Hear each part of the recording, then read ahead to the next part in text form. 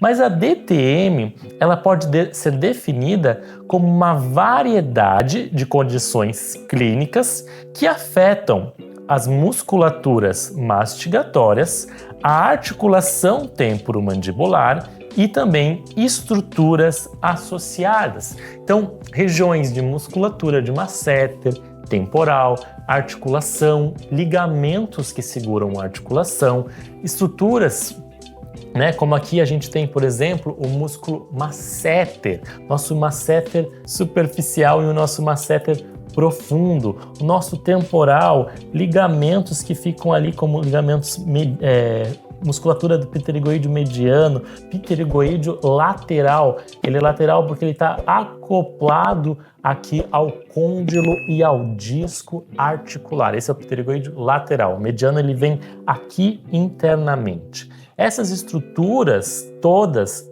fazem parte da articulação temporomandibular e da disfunção temporomandibular.